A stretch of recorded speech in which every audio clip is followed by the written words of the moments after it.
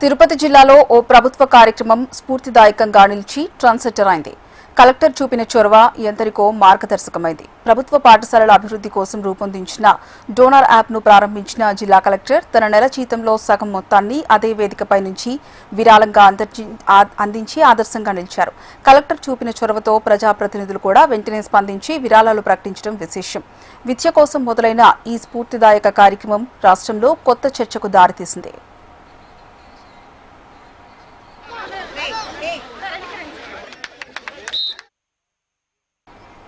Tirupati Nehru municipal హైస్కూల్లో నిర్వహించిన mega teachers parents meeting ఓ కొత్త వేదికకు మార్గమైంది. ప్రభుత్వ పాఠశాలల్లో చదువుతున్న పేద విద్యార్థులకు మెరుగైన విద్యా వాతావరణం కల్పించాలనే లక్ష్యంతో రూపొందించిన డోనర్ యాప్ను జిల్లా కలెక్టర్ వెంకటేశ్వర్ సభా వేదికపై ప్రారంభించారు. అయితే యాప్ను ప్రారంభించడమే కాకుండా తన నెల జీతంలో సగం మొత్తాన్ని అదే యాప్ ద్వారా ప్రభుత్వ పాఠశాలల అభివృద్ధికి విరాళంగా బదిలీ చేశారు ఓ జిల్లా కలెక్టర్. తన వ్యక్తిగత ఆదాయంలో నుంచి ఇంత పెద్ద మొత్తాన్ని విద్యా అభివృద్ధికి కేటాయించడం సభకు హాజరైన వారిని భావోద్వేగానికి గురిచేసింది.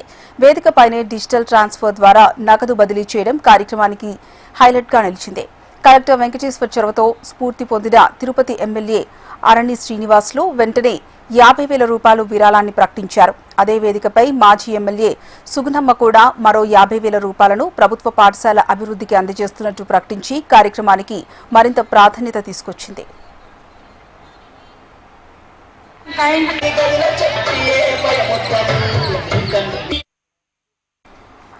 విద్య కోసం సమాజం మొత్తం భాగస్వామ్యం కావాలనే సందేశంతో ప్రారంభమైన ఈ డోనర్ యాప్ ప్రభుత్వ పాఠశాలల అభివృద్ధికి సహాయపడుతుందనడంలో ఎలాంటి సందేహం లేదు.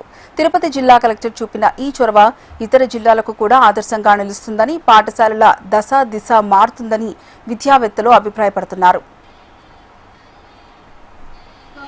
కార్యక్రమం మాత్రమే కాదు, విద్యార్థుల ఉజ్వల భవిష్యత్తు కోసం